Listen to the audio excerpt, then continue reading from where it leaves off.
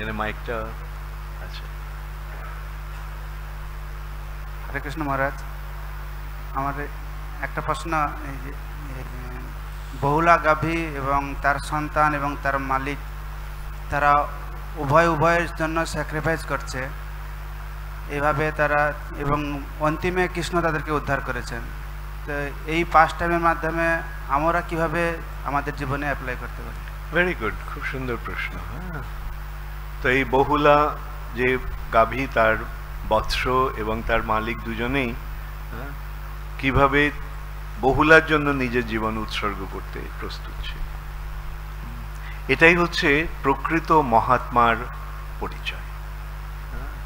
যে মহা আত্মা, তার আত্মাটা এত প্রশস্ত, এত বিশাল, এত মহান, যে তাদের পক্ষে এরকম কার্যগুলি করা সম্ভব।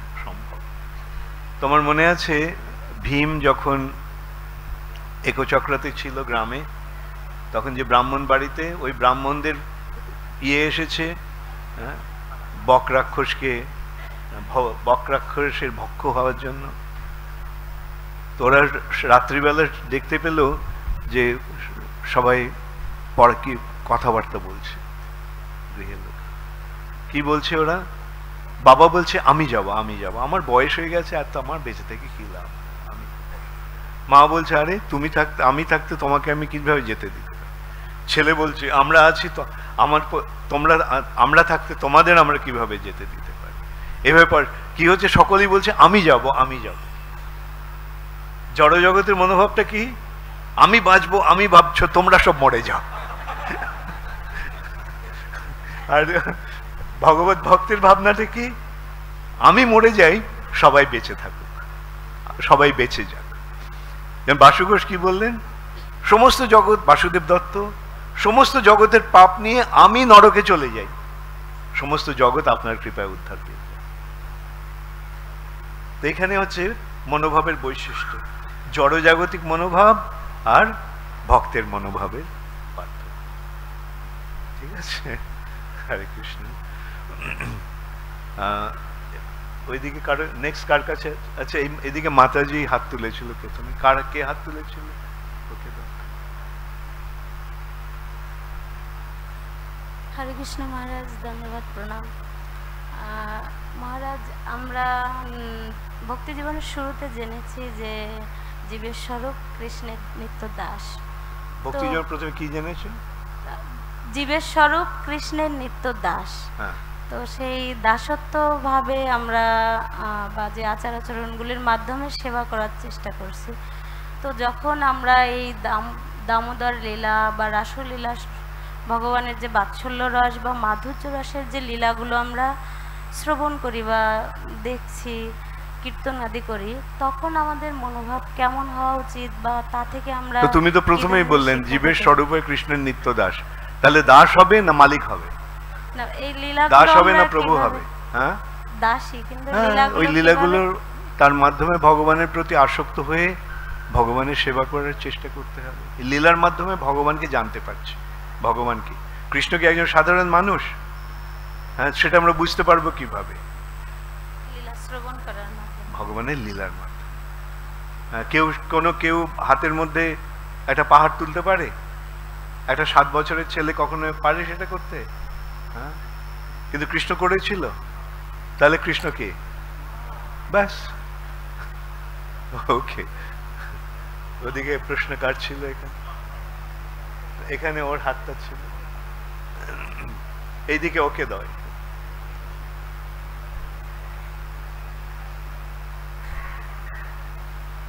হ্যাঁ, তোমাকে আমি পরে দেখবো। দণ্ডবোধ গুরু মহারাজ। এই নবদ্বীপ ধাম তো বলা হয় অভিন্ন বৃন্দাবন, কিন্তু এই অভিন্ন বৃন্দাবন এখানে তো গিরি গোবর্ধন, যমুনা এবং শ্যামকুণ্ড বা রাধাকুণ্ড নেই। তো যদিও আমরা আপনাদের কৃপায় আমরা সবকিছু ইয়ে করি, কিন্তু অভিন্ন মানে প্রকৃতপক্ষে অভিন্ন, কিন্তু বৃন্দাবন নবদ্বীপ বুঝতে পেরেছো? বৃন্দাবন আর নবদ্বীপ। যেমন এখানে 9টা দ্বীপ আছে, বৃন্দাবনে 9টা দ্বীপ আছে? নেই। বৃন্দাবনে রাধাকুণ্ড আছে, গিরি গোবর্ধন আছে, এখানে আছে নেই, তবে ভক্তরা এখানে সেটাও তৈরি করে। যেমন শিল ভক্তি সিদ্ধান্ত সরস্বতী ঠাকুর গোবর্ধন করেছেন, শ্যামকুণ্ড রাধাকুণ্ড করেছেন, সেটা ভক্ত এটা করতে পারে। কিন্তু বুঝতে হবে যে বৃন্দাবন বৃন্দাবন, নবদ্বীপ নবদ্বীপ, কৃষ্ণ কৃষ্ণ, চৈতন্য মহাপ্রভু চৈতন্য মহাপ্রভু। বুঝতে পেরেছ? চৈতন্য মহাপ্রভু এখানে কৃষ্ণ লীলা করছেন না, এখানে তিনি নবদ্বীপ লীলা করছেন। আবার কৃষ্ণ বৃন্দাবনে কৃষ্ণ লীলা চৈতন্য লীলা করছেন না, কৃষ্ণ লীলা করছেন। ওকে, আচ্ছা এখানে কার প্রশ্ন? হ্যাঁ আচ্ছা প্রভু, আপনি বললেন এই সর্বধর্মান পরিত্যাজ্যং মামেকং শরণং ব্রজ। আচ্ছা, আমার সর্বধর্ম, কোন সর্বধর্ম আমাদের পরিত্যাগ করতে হবে? Very good, very good. ভগবত ভক্তি ছাড়া আর যা কিছু তার সব পরিত্যাগ করতে হবে। পৃথিবীতে যত কিছু ধর্ম নামে চলে, ভাগবত কহে তাহা পরিপূর্ণ ছলে। সেগুলি ধর্ম নয়, সেগুলি ছল ধর্ম, কপট ধর্ম। মানে এই জগৎটাকে ভোগ করার জন্য ওই সমস্ত আয়োজন, সেটা ধর্ম নয়, সেইগুলো ত্যাগ করতে হবে। হ্যাঁ, আর এমনি সরলভাবে বলা যেতে পারে দু রকমের ধর্ম আছে, একটা হচ্ছে নিত্য ধর্ম, আর একটা হচ্ছে নৈমিত্তিক ধর্ম। দেহের ধর্ম, দেহের ধর্ম মানে দেহটা ব্রাহ্মণ, দেহটা ক্ষত্রিয়, দেহটা পুরুষ, দেহটা স্ত্রী, দেহটা যুবক ইত্যাদি। হ্যাঁ, এই যে দেহগত যে ধর্ম, সেইগুলো ত্যাগ করে আত্মার যে ধর্ম ভগবত ভক্তি, সেটা হচ্ছে নিত্য ধর্ম।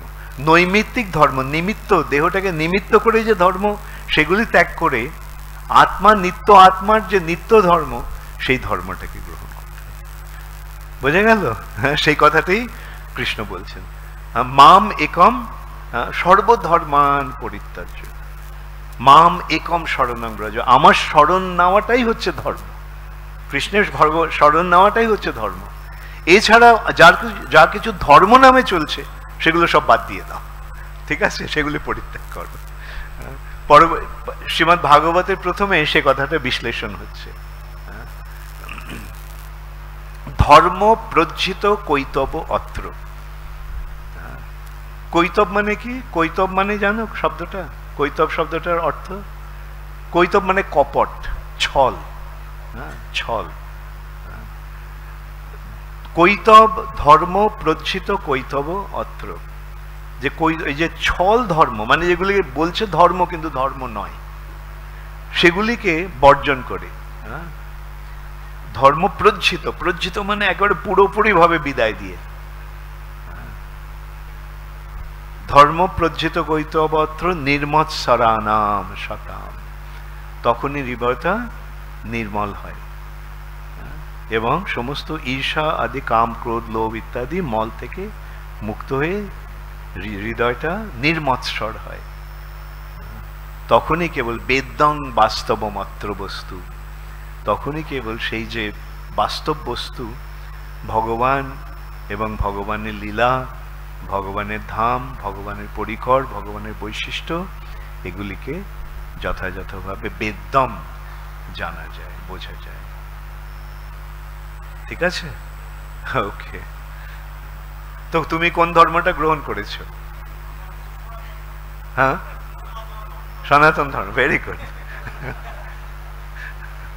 হরে কৃষ্ণ। ওইটাই আসল ধর্ম গ্রহণ করেছো, ব্যাস, আর কোনো ভাবনা নেই। হ্যাঁ বলো। গুরু মহারাজ, আমরা অনেক কিছু জানতে পারলাম আজকে আপনার কৃপায়। বহুলাষ্টমী, রাধাকুণ্ডের আবির্ভাব, রূপ গোস্বামী তার উপদেশামৃতে এই রাধাকুণ্ডকে সব থেকে শ্রেষ্ঠ স্থান বলে ব্যাখ্যা করেছেন।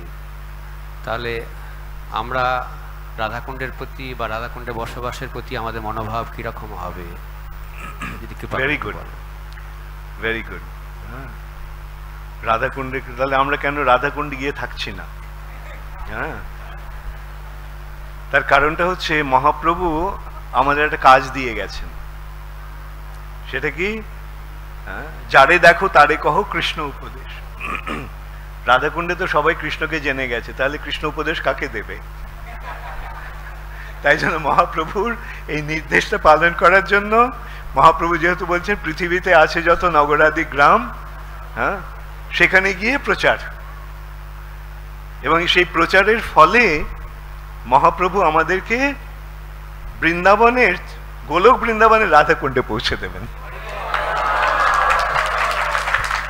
সেই জন্য কৃষ্ণ ভক্তরা রাধাকুণ্ডে না গিয়ে সারা পৃথিবীর সব জায়গায় গিয়ে কৃষ্ণ ভক্তির প্রচারে ব্রতী হয়েছে। হরে কৃষ্ণ। হরে কৃষ্ণ, ধন্যবাদ। আচ্ছা, আজকে 9টা বেজে গেছে। আচ্ছা, লাস্ট একটা কোয়েশ্চেন আমি নিতে পারি? কার প্রশ্ন আছে? আচ্ছা, তোকে দাও। गुरु महाराज, राधा कुंड के श्रेष्ठ स्थान बोला है जी। हाँ, राधा कुंड के सब गोलक वृंदावन श्रेष्ठ स्थान বলে আখ্যায়িত করেছেন মহাপ্রভু ভগবান। ওখানে কি অন্তরঙ্গ লীলা করেছিলেন ভগবান, সেটা আমি একটু সবাইকে জানালে ভালো। প্রথম লীলা হলো রাধাকুণ্ডের আবির্ভাব। বৃষভাসুর বধের পরে রাধারানী বলল, কৃষ্ণ তুমি অপবিত্র হয়ে গেছো, পবিত্র হতে হবে। কি করে পবিত্র হব? যাও সমস্ত তীর্থে গিয়ে স্নান করে এসো। তখন কৃষ্ণ কি করলেন? কৃষ্ণ শ্যামকুণ্ডকে প্রকাশ করলেন। তার মানে পৃথিবীর সমস্ত তীর্থ এসে শ্যামকুণ্ডে উপস্থিত হয়ে গেল। তাহলে আমরা আমাদের সমস্ত তীর্থে যেতে হবে না, ওই শ্যামকুণ্ডে গিয়ে স্নান করলেই হবে। এখন শ্যামকুণ্ড তো কৃষ্ণের, আর তার এখন রাধারানী কৃষ্ণের সঙ্গে প্রতিযোগিতা করে বললেন, ঠিক আছে আমরা একটা তৈরি করব, যেই কুণ্ডটা তোমার থেকেও বড় হবে, তোমার থেকেও পবিত্র হবে। সেইটি হচ্ছে রাধাকুণ্ড। তো এইটাই হচ্ছে প্রথম লীলা। রাধাকুণ্ডের তীরে কৃষ্ণ রাধারানীর সঙ্গে অনেক লীলা বিলাস করেছেন। রাধাকুণ্ডের বৃন্দাবনের নিচে গিরিতটে, রাধাকুণ্ডের তটে কৃষ্ণ রাসলীলা বিলাস করেছে। এইভাবে কৃষ্ণের রাধারানীকে নিয়ে যত কিছু লীলা এই রাধাকুণ্ডকে কেন্দ্র করেই হয়েছে। হরে কৃষ্ণ। গৌর প্রেমানন্দে শিল প্রভুপাদ কি। হরে কৃষ্ণ। জয় পতিত পাবন শিল ভক্তিচার স্বামী গুরু মহারাজ কি। সমবেত ভক্তবৃন্দ কি জয়।